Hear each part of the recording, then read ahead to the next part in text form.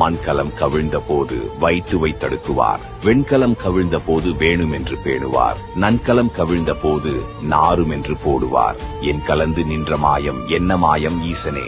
இந்த வரிகளை நாம் கேட்காத நாளே இல்லை. சிவவாக்கியர் எழுதிய இந்த அற்புத வரிகளுக்கான அர்த்தம் என்ன தெரியுமா? மண்பானை கவிழ்ந்து உடைந்து போனால் அது தேவைப்படும் என எடுத்து அடுக்கி வைப்பார்கள். வெண்கல பாத்திரம் கவிழ்ந்து நசுங்கி போனால் அது வேண்டும் என்று பாதுகாத்து வைப்பார்கள். ஆனால் நம் உடலில் இருந்து உயிர் பிரிந்து நாம் இறந்து போனால் இது ஒரு பிணம். இதை வைத்திருந்தால் நாரும் என்று குழி வெட்டி அதில் போட்டு மூடி விடுவார்கள். உற்றார் உறவினர்கள் எல்லாம் என் உடம்பை வேண்டாம் என்று தனித்து ஒதுக்கிய போது ஒரு காசுக்கும் உதவாத என் உடலின் மீது நின்று உனக்கு நான் இருக்கிறேன் என்று நீ நின்று ஆடிய மாயம்தான் என்ன மாயமோ என் ஈசனே என்பதுதான் இதன் விளக்கம். இறுதியில் நாம் இருக்கும் இந்த பூத உடல் எதற்குமே உதவாது. ஆனால் இறுதி வரை நம்முடன் இருப்பவன் அந்த ஈசன் ஒருவனே என்பதை உணருங்கள். ஓம் நமச்சிவாய.